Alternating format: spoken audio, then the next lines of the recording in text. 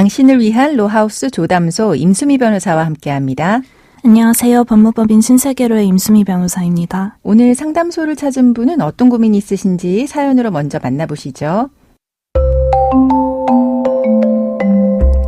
저는 30대 후반의 직장인 남자입니다. 그동안 책임감 있게 잘 살아왔다고 자부했는데 한 여자를 만나면서 무력해지고 말았습니다. 2년 전 저는 독서 동호회에서 한 여자를 만났습니다. 톨스토이의 소설 안나 까레리나에 대해서 토론하다가 그녀와 제가 주인공 안나를 바라보는 시점이 비슷하다는 걸 알게 되었습니다. 그 다음 토론회에서도 말이 잘 통하는 걸 느꼈고 그렇게 여러 번 모임을 하다가 고민도 말할 만큼 친해졌습니다. 그녀는 사랑 없이 집안 어른들의 강요로 결혼을 했고 지금은 남편과 별거 중이라고 했습니다. 저희는 서로를 위로하다가 사랑에 빠졌고 그 결과 아이가 생겼어요. 하지만 그녀는 남편과 이혼하지 못했고 아이는 그녀와 남편의 자녀로 출생 신고가 됐습니다.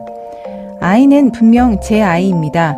병원에서 태어날 때부터 함께 했고 한 번도 제 아이가 아니라는 생각을 해본 적이 없어요. 하지만 법적으로 저는 아이의 아버지가 될 수 없다고 합니다. 출생신고를 하려 해도 생부인 저는 법적으로 아버지가 될 자격조차 없대요.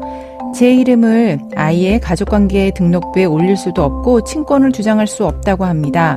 지금은 몰래 아이를 만나고 있지만 계속 이렇게 살아도 될지 모르겠습니다.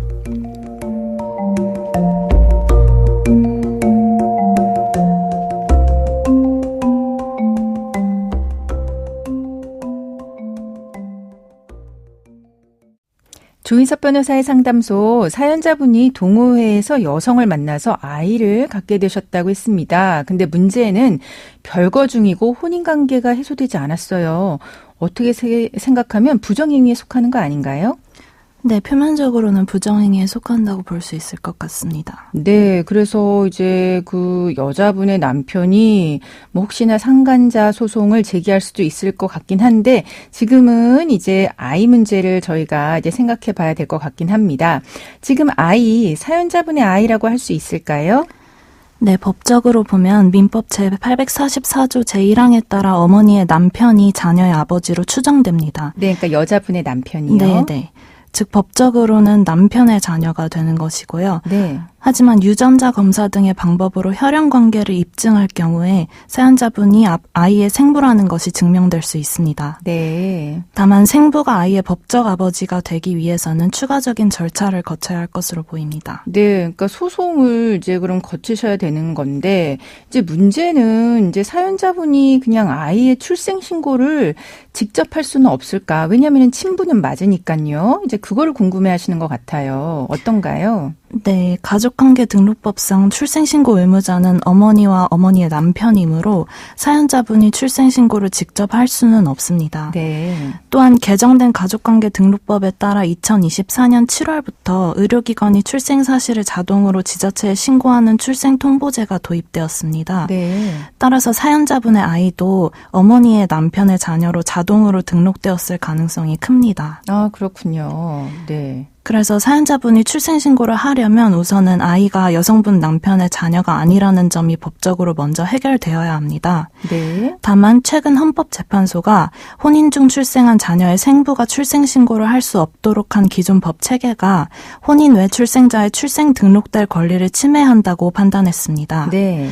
이 판결을 반영한 법 개정이 이루어진다면 생부가 출생신고를 할 수 있는 방안이 마련될 가능성이 있습니다. 네, 그렇군요. 네, 하지만 현재까지 개정된 법률에는 생부의 단독 출생신고 절차가 명확하게 마련되지 않은 상황이라서 여전히 사연자분은 직접 출생신고를 할 수 없는 상태입니다. 네, 그럼 아직 법 개정 제대로 되지 않은 상황에서 사연자분이 아이의 친부가 되려면 어떻게 해야 할까요? 네, 사연자분이 친부가 되기 위해서는 앞서 말씀드렸던 것처럼 아이가 어머니의 남편의 자녀가 아니라는 점이 먼저 해결되어야 하는데 네. 현행법상 마련되어 있는 친생자 관계 부존재 확인의소나 친생 부인의소는 어머니나 어머니의 남편만이 소송을 제기할 수 있도록 되어 있기 때문에 사연자분이 직접 소를 제기할 수는 없습니다. 네. 하지만 헌법재판소 결정이 나온 만큼 향후 법 개정을 통해 생부에게 일정한 친생 부인의 권리를 인정하는 방안이 논의될 가능성이 있습니다. 네. 예를 들어 생부가 일정한 요건을 충족하면 친생자 관계 부존재 확인의소를 제기할 수 있도록 개정될 수 있을 것입니다. 따라서 현재 법 체계에서는 사연자분이 직접 소를 제기할 수 없지만 우회적으로 아이의 어머니가 친생 부인의 소를 제기하여 인용받은 후에 사연자분이 아이를 친자로 인지하는 방법을 취해볼 수 있을 것 같습니다. 네, 그렇군요. 그럼 아까도 이야기가 나오기는 했는데요. 사실 혼인 기간 중에 여자분이 다른 남자를 만나서 이제 사연자분을 만나서 아이를 낳은 거예요. 만약에 여자분의 남편이 사연자분을 상대로 상간자 소송을 제기한다면 위자료 얼마나 내게 될까요? 언뜻 생각하기에는 사실 아이까지 있기 때문에 이게 좀 더 책임이 더 중해지지 않을까 생각이 들거든요. 네. 상간소송에서 가장 중요한 요소 중 하나는 사연자와 여성분의 관계가 남편과 그 여성분의 혼인에 미친 영향입니다. 네. 사연자분의 경우에는 여성과 만난 시점이 그 남편과의 혼인 전이었다는 점과 혼인관계 파탄의 고의가 없었다는 점을 강조하여 사연자분이 혼인관계 파탄의 직접적인 원인이 아니라는 것을 입증한다면 상간소송에서 방어할 가능성이 있습니다. 네, 그렇군요. 그럼 지금까지 상담 내용을 정리해보자면 상대 여성이 혼인을 유지하고 있기 때문에 사연자분 사이에 생긴 아이는 법적으로 상대 여성의 남편의 이제 자녀가 됩니다. 하지만 유전자 검사 등의 방법으로 혈연 관계를 입증하실 수 있고요.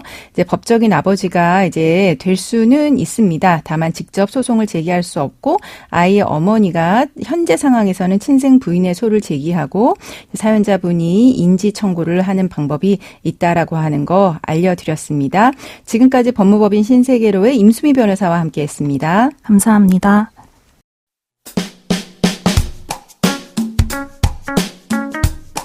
알아두면 쓸데있는 법률 이야기 알쓸법 시간입니다.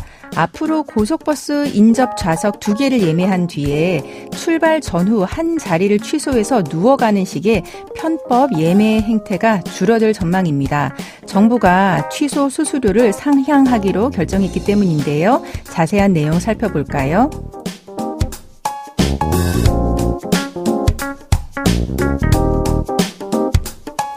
국토교통부가 고속버스 승차권 취소 수수료 기준을 개편하기로 했습니다.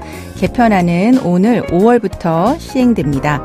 현재 고속버스는 평일과 휴일 모두 버스 출발 전에는 최대 10%, 출발 후에는 30%의 취소 수수료를 부과하고 있습니다.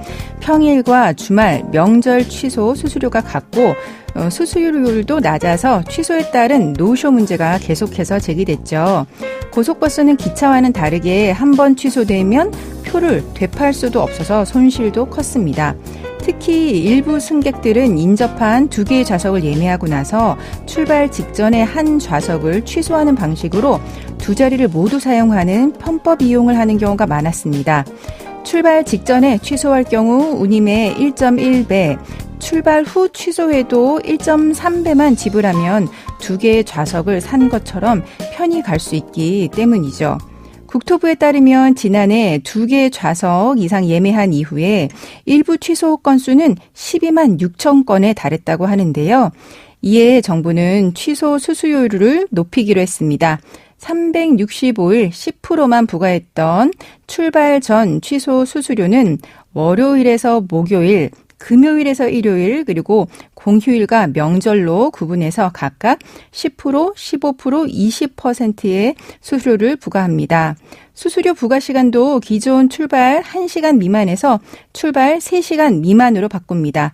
출발 후 취소 수수료는 현행 30%에서 50%로 상향하고 2027년까지 70%로 단계적으로 상향하기로 했습니다. 내년에는 60%로 취소 수수료가 올라갑니다.